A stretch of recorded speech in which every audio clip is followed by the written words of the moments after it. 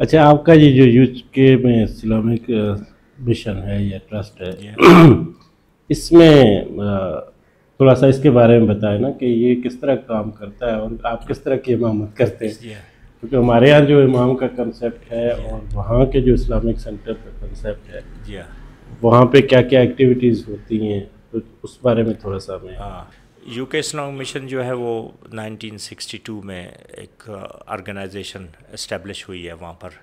تو ان کے ادارے ہیں پورے یو کے اندر. تو ان میں سے ایک ادارہ برمنگم ہے جس میں میں امام کے طور پر کام کر رہا ہوں.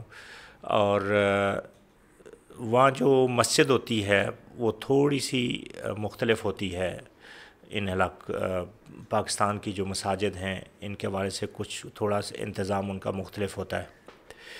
ایک یہ کہ وہ مسجد باقاعدہ ایک ادارہ ہوتا ہے، اس کے اندر آفس ہوتا ہے، اس کا اکاؤنٹنٹ ہوتا ہے، اور اس کی ایک تنظیم ہوتی ہے جس کمیٹی ہوتی ہے، مسجد کمیٹی ہوتی ہے یا ٹرسٹ ہو تو ٹرسٹیز ہوتے ہیں، ان کے زیر انتظام یہ چلتی ہے. اور بالکل ایک سرکاری ادارے کی طرح جتنے کام ہوتے ہیں وہ سارے اس میں آپ کر سکتے ہیں. آپ وہاں پر امام جو ہے وہ اس کی جو سیلری ہوتی ہے وہ ہاتھ میں نہیں ملتی، اس کو تھرو بینک ملتی ہے. امام بھی ٹیکس دیتا ہے وہاں پر، اور امام کی بھی وہاں پر جو ہے وہ پینشن ہوتی ہے آخر میں. اور اگر آپ کے ساتھ کوئی کمیٹی زیادتی کرتی ہے، اور یہاں میں نے دیکھا ہے امام بہت مظلوم ہیں کہ رات کو ایک بیٹھ کر فیصلہ کرتے ہیں لوگ کہ صبح یہ ہمارا امام نہیں ہوگا. اب اس امام کی کوئی سننے والا نہیں ہے لیگل اس کو. پروٹیکشن. ہاں، لیکن وہاں پر کسی کو امام کو نکالنا ہو تو ایک باقاعدہ جو پراپر پروسیجر ہے وہ استعمال کیا جاتا ہے. اور اگر خدا نخواستہ امام کو غلط نکالا جائے تو وہاں پر ایک ادارے ہیں، اس ادارے میں امام جائے گا. اور بہت دفعہ ایسے ہوا ہے کہ مسجد پر جرمانہ ہوا ہے کہ آپ نے امام کو غلط نکالا ہے، آپ اس کو اتنی پیمنٹ کرو. کہ پچھلے سالوں میں جو یہاں کام کرتا رہا اس کی سیلری بھی کم تھی، یہ پوری اس کو دو. تو لہٰذا وہاں جو امام ہے وہ ایک سرکاری ملازم کی حیثیت سے وہ کام کرتا ہے. اور مسجد کے اندر جو ایکٹیویٹیز ہوتی ہیں وہ 5 نمازیں تو ایسی ہیں، جمعہ کی نماز بھی ایسے ہی ہے. پھر اس کے بعد تدریس ہے، بچوں کو پڑھانا. اور وہاں بچوں کو پڑھانا یہ کوئی معمولی کام نہیں، بہت مشکل کام ہے.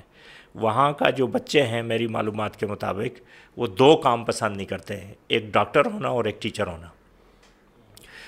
ڈاکٹر بھی بہت پریشر کے اندر ہوتا ہے کیونکہ وہ کسی کو میڈیسن دے کر اس کے بعد وہ مطمئن نہیں ہوتا. وہ ہو سکتا ہے کہ مجھے سو کر دیا جائے، کل میرے خلاف کیس کر دیا جائے اگر مریض کو کچھ ہو گیا. جو ٹیچر جو ہوتا ہے اس کو تو اتنے مشکلات ہوتے ہیں کہ وہ آپ نے جو ٹیچنگ کرنی ہے اس میں آپ نے وہ تمام جو قوانین ہیں اس کی پابندی کرنی ہوتی ہے. چاہے آپ مسجد کے اندر پڑھا رہے ہیں، چاہے آپ اسکول کے اندر پڑھا رہے ہیں. بچے کے ساتھ آپ نے سلوک کیسے کرنا ہے، آپ نے بچے کے ساتھ اگر کوئی آپ کا ٹریٹمنٹ، آپ کا سلوک صحیح نہیں ہوا تو آپ اور جیل کے درمیان تھوڑا فاصلہ ہے پھر. اور وہاں ٹیچر جیل میں جا سکتا ہے. یہاں پر جو بچے کو ہم سزا دیتے ہیں، ایک تھپڑ وغیرہ یا کچھ لگ جاتا ہے، وہاں پر اس کو بہت سیریس لیا جاتا ہے، وہ معمولی بات نہیں ہے. اور وہاں کا بچہ بہت شرارتی بچہ ہے، اور اس کا وہ شرارتی اس وجہ سے کہ وہ بچہ ہے، وہ بچے نے شرارت کرتی ہے اور بچے کو وہ انوسینٹ کنسیڈر کیا جاتا ہے. ہم یہاں کہتے ہیں نا مشوم ہے یا معصوم ہے، لیکن ہم ان کو یہ لفظ کی حد تک بولتے ہیں. وہ پریکٹیکلی یہ کہتے ہیں کہ بچہ معصوم ہے، کہ بچہ غلطی کرے گا تو اس کی غلطی نہیں ہوگی، ایڈلٹ اگر غلطی کرے گا تو غلطی ہوگی. اس لیے ٹیچنگ جو ہے وہ بہت بڑا چیلنج ہے وہاں پر. تو امامت کے ساتھ جو تدریس ہے یہ بہت بڑا چیلنج ہے. اور اگر وہاں کوئی کہے کہ میں 6 مہینے سے پڑھا رہا ہوں تو اٹھ کر آپ اس کو سلام کرنے کا دل کرتا ہے، کیونکہ یہ بہت بڑا کام کر رہا ہے. 6 مہینے کیسے نکال لیے کہ اسکول میں اس نے. 50% ٹیچرز ویل ٹرینڈ ہونے کے بعد بھی اسکول کو چھوڑ جاتے ہیں، اور بچے 100% اسکول میں ہیں. ہمارے ہاں 50% نہ صحیح تو اس سے کم 20% بچے اسکول چھوڑ جاتے ہیں، ٹیچر نہیں چھوڑتے. ٹیچر ریٹائرمنٹ تک جاتے ہیں. ہاں اچھا، اس میں وہاں پہ چونکہ ایک ہی کمیونٹی کے لوگ نہیں ہوتے ہیں جہاں پہ جی ہاں آپ ہیں، تو دوسرے ممالک کے لوگ ہوں گے، دوسرے لینگویج کے لوگ ہوں گے، دوسرے کلچر کے لوگ ہوں گے. تو ان کے ساتھ ڈیل کرتے ہوئے آپ کیسے ڈیل کرتے ہیں، یا یہ بھی ایک چیلنج ہے نا جو؟ ہاں، یہ خاص کر جو ہمارے بچے جب اسکول میں جاتے ہیں تو اسکول میں ہر کمیونٹی کا لوگ ہوتے ہیں، ہر رنگ کے لوگ ہوتے ہیں، اور دنیا کے ہر علاقے کے لوگ پائے جاتے ہیں. ان کے مذاہب مختلف ہوتے ہیں، ان کے کلچر مختلف ہوتے ہیں، ان کے رنگ مختلف ہوتے ہیں، یعنی اس کو ڈائیورس سوسائٹی کہتے ہیں. اور ان کا نعرہ بھی یہ ہے کہ ہم ڈائیورس سوسائٹی کو لے کر چل رہے ہیں اور کامیابی کے ساتھ چل رہے ہیں، اور بالکل اس طرح ہم چل رہے ہیں کہ جس طرح گلدان ہوتا ہے اور اس میں مختلف رنگ کے پھول ہوتے ہیں. تو ماشاءاللہ کافی حد تک وہ اس سچویشن میں وہ کامیاب بھی ہیں. ریسزم جس چیز کو کہتے ہیں اس کو اسٹرکٹلی لیا جاتا ہے. اگر کوئی بچہ جو ہے اسکول میں دوسرے بچے کے رنگ پر یا اس کے مذہب پر وہ تنقید کرے گا تو اس کو معاف نہیں کیا جاتا. اس کے پیرنٹس کو بلا لیا جاتا ہے کہ آپ کا بچہ جو ہے ریسسٹ ریمارکس دے رہا ہے. کیوں دے رہا ہے؟ کیونکہ آپ اس کو سکھا رہے ہوں گے شاید.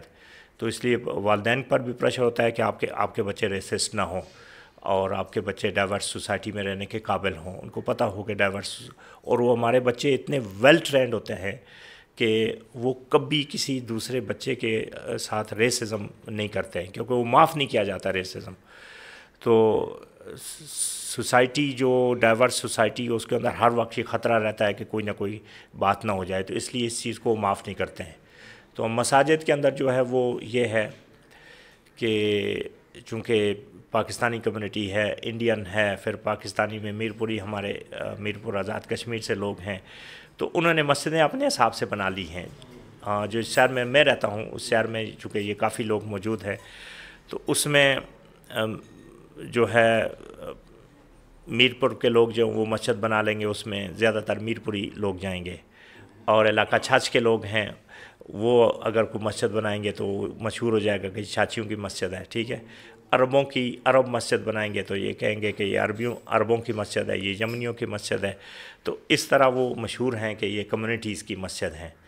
اور بعض مساجد میں کچھ لوگ کہتے بھی ہیں کہ حنفی مسجد ہے، لیکن نمازیوں کی وہاں پر ہماری جو مسجد ہے اس میں بہت بڑی ویرائٹی ہے، اور وہاں ہمارے پاس ہر کمیونٹی کے لوگ موجود ہیں. ہم ہر کمیونٹی کا امام، اگر کوئی دوسرا بندہ آئے، میرا دوست عرب آئے، تو میں پیشکش کرتا ہوں کہ ٹھیک ہے جی آپ نماز پڑھائیں.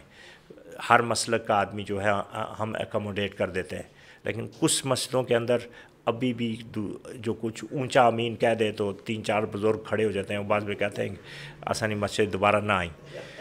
تو اس طرح کے سسٹم بھی ہیں. تو یہ کمیونٹی کے جوائنٹ پروگرامز بھی ہوتے ہیں کہ مطلب ایک کمیونٹی کی مسجد ہے، دوسرے کی ہے، تیسرے کا، وہ ایک بگر لیول پہ بھی کوئی ایسی ہے؟ جب کوئی مسئلہ پیش آ جاتا ہے تو اس وقت یہ سارے مسالک کے لوگ اکٹھے بھی ہوتے ہیں. انٹرفیتھ جو ایک انٹرفیتھ ہوتا ہے اور ایک انٹرفیتھ پروگرام ہوتے رہتے ہیں. یعنی اپنے بھی ہمارے جو مسالک ہیں مسلمانوں کے، ان کے آپس میں بھی جب کوئی مسئلہ پیش آ جائے تو جمع پروگرام ہوتے ہیں. ایسا ہوتا ہے کہ جو غیر مسلم لوگ ہیں وہاں پہ وہ مسجدوں تک رسائی ان کی کہ کسی ایشو پہ آنا چاہیں یا ملاقات کرنا چاہیں، تو یہ پاسبلٹیز ہیں؟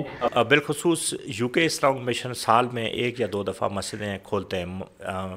تو ایک پروگرام رکھتے ہیں مسجد open day, mask open day.